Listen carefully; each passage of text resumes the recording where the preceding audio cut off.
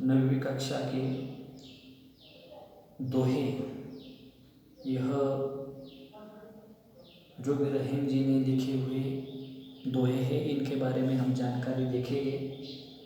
यहाँ पर रहीम जी का जन्म लाहौर में हुआ था, 1556 में हुआ। इनका पूरा नाम अब्दुल रहीम खान खाना था। रहीम जी अरबी, फारसी, संस्कृत और हिंदी के अच्छे जानकार थे। उन्होंने इन दोहों के माध्यम से समाज को नई धारणा देने की कोशिश की है और नए प्रकार से जो भी बातें समझाने की कोशिश की है। यहाँ पर पहले दोहे में हम देखेंगे रहीम जी ने क्या बताया हुआ है अपने माध्यम से। दोहे रहीम 1556 1626 तक पहला दोहा हम देखेंगे। रहीमन धागा प्रेम का, मत तोड़ो चटकाए, टूटे से फिर ना मिले, मिले गांठ परी जाए। चटकाए, चटकाए का मतलब मैंने यहाँ पर लिखा है झटके से। दूसरा है परी जाए, पड़ जाती है। अब इसका अर्थ हम देखेंगे। रहीमन धागा प्रेम का, मत तोड़ो चटकाए, टूटे से फिर ना मिले, मिले गांठ परी जाए। रहीम जी यहाँ पर कहते हैं प्रेम रूपी जो भी धागा है अगर एक बार टूट जाता है तो दोबारा वह प्रेम रूपी धागा जुड़ता नहीं है। अगर हम जबरदस्ती से जुड़ने की कोशिश करेंगे और वह धागा हमने जबरदस्ती से जोड़ भी दिया जाए तो जो पहले की तरह जिस प्रकार से सामान्य नहीं रह जाता, उसमें गांठ पड़ जाती है। इसमें बताया है कि रिश्ता ही हमारा इस प्रकार से है कि जब एक बार टूट जाता है तो फिर उस रिश्ते को दोबारा पहले की तरह जोड़ा नहीं जा सकता। अगर हमने किसी को बुरा कहा है, एक बार बुरा कहा है हमने, तो उसके बाद मन को लग जाती है और फिर से जो भी रिश्ता हमारा टूट जाता है वो फिर से नहीं आता है। रहीमन धागा प्रेम का, जो भी धागा है प्रेम का, मत तोड़ो चटकाए, झटके से मत तोड़ो, टूटे से फिर ना मिले। एक बार टूट गया तो फिर नहीं मिलता है। मिले गांठ पड़ जाए, उसमें गांठ पड़ जाती है। एक धागा ले लो, अगर वो धागा एक जैसा है, अगर हमने उसे तोड़ दिया, टूट जाता है धागा, तो उसमें बीच में फिर से अगर जोड़ना है तो उसे गांठ उसे मार दी जानी पड़ती है। इसलिए यहाँ पर कहा है कि एक बार रिश्ता टूट जाता है तो दोबारा पहले की तरह नहीं जुड़ता है। दूसरी, रहीमन निज मन की विधा, मन ही राखो गोय, सुनी अठिलय, लोग सब बाटी न लहे कोय। निज, निज का मतलब होता है अपने। उसके बाद दूसरा है विधा, दर्द। विधा दर्द। सुनी अठिलय, अठिलय मतलब मजाक उड़ाना, बाटी बांटना, और कोय मतलब कोई। अभी उसका अर्थ देखिए। रहीमन निज मन की विथा, मन ही राखो गोय, सुनी अठिलय हेरो, लोग सब बाटी न लय। देखिए, अपने मन के दुख को अपने मन में ही रखना चाहिए। अगर कोई दुख होता है तो वह दुख अपने मन में ही रखना चाहिए। रहीमन निज मन की विथा, मन का जो दर्द है मन में ही रखना चाहिए। अगर सुनी अठलैया लोग सब, अगर सब लोगों ने सुन लिया, दूसरों को हमने बता दिया, तो अभी के ऐसे लोग हैं कि बाटी न लय कोई, कोई अपना दुख बांटता नहीं है, लेकिन क्या अठलैया क्या उड़ा देता है, मजाक उड़ा देता है। दुख बांटता नहीं है तो मजाक उड़ा देता है। कोई अपने दर्द को कम नहीं करता, कोई दुख हो जाता है तो दुख होने के बाद में अगर हम दूसरों को बता देते हैं तो वो क्या करता है, उस दुख का मजाक उड़ाता है। वह मजाक उड़ाता रहता है लेकिन दुख बांटता नहीं है। कोई समस्याएं हमें आती है तो हमारे जो भी नज़दीकी होते हैं वो समस्याएं बढ़ाने का काम करते हैं, लेकिन समस्या सुलझाने का काम नहीं करते। तीसरा, ऐकी साधे सब सधे सब साधे सब जाय, रही मन मुलही सिंची वो फूले फले अबाय। ऐके साधे सब सधे, एक समय पर एक कार्य करो, एक साधे सब सधे सब साधो सब जाय, तो सारे काम पूरे हो जाएंगे। एक समय पर एक काम करना चाहिए। अगर हम सब काम एक साथ में करें तो पूरा नहीं होगा। रही मन मुलही सिंची वो, मुलही जड़ में, सिंची वो सिंचाई करना, फूले फले अधाय। एक समय पर एक कार्य करो तो सारे काम पूरे हो जाएंगे। अगर सभी कार्य को एक साथ शुरू कर देने पर कोई भी कार्य पूरा नहीं होगा। सब कार्य सब काम एक साथ ही शुरुआत करेंगे तो कोई एक काम ढंग से नहीं हो सकता है। हमें होमवर्क बता देता है टीचर जी हमें, तो हम क्या करते हैं, सब सामने लेकर एक साथ ही सब नहीं लिख सकते। एक एक काम, अगर बहुत से काम होते तो एक एक काम करेंगे तो सभी काम सीधे सही ढंग से हो सकते हैं, नहीं तो एक ही काम अच्छा नहीं हो सकता। सभी कार्य एक साथ शुरू करने पर कोई भी कार्य पूरा नहीं हो पाएगा।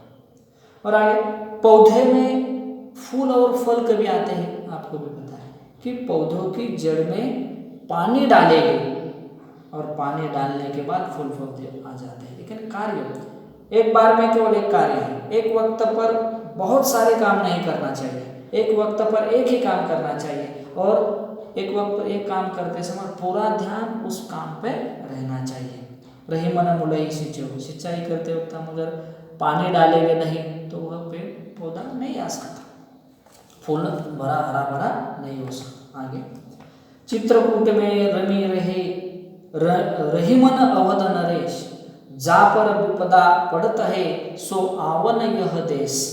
जब अयोध्या के राजा राम वनवास को चले गए थे, चित्रकूट में रही, वह चित्रकूट मतलब घना और अंधेरा वन है। चित्रकूट विषय कहा गया है कि घना और अंधेरा वन है, वहाँ पर वह रहे। आपको भी सभी को पता है कि अयोध्या के राजा जो भी है उन्हें 14 वर्ष का वनवास हो गया, और उस वनवास प्राप्त हुआ था तब वह उन्हें चित्रकूट में रहना पड़ा। चित्रकूट मतलब क्या, घना और जो भी अंधेरा वन है वहाँ पर रहना पड़ा। संसार में जिस पर भी विपत्ति आती है वह शांति पाने के लिए इसी प्रदेश में सींचा चला जाता है। अगर किसी के ऊपर कोई विपदा आती है तो आपको पता है संकट आता है, तो संकट आने के बाद में सभी ओर से संकट आ जाता है। तब यहाँ पर बताया है कि संसार में जिस पर भी विपत्ति आती है, जहाँ पर विपदा पड़े सो आवत यह देश। विपत्ति अगर आती है तो शांति पाने के लिए इसी प्रदेश में वह खींचा चला जाता है। उसको क्या, उस वक्त क्या चाहिए होती है, शांति होती है। और शांति कहाँ मिल जाती है आपको भी पता है, अगर वन में चले जाएंगे तो एकांत में हम रहेंगे तो हमारा जो भी कार्य भाग है हम सोचेंगे सभी बात अच्छी तरह से कर सकते हैं। आगे देखिए, धनी रहीम जल पक को लगो जी पियत अधाय, उदधि बढ़ाई कौन है जगत पियासो जाय। धनी मतलब धन्य,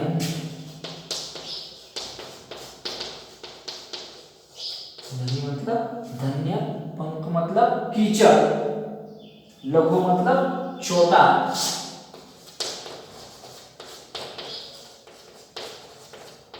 लघु मतलब छोटा, उदधि मतलब सांप।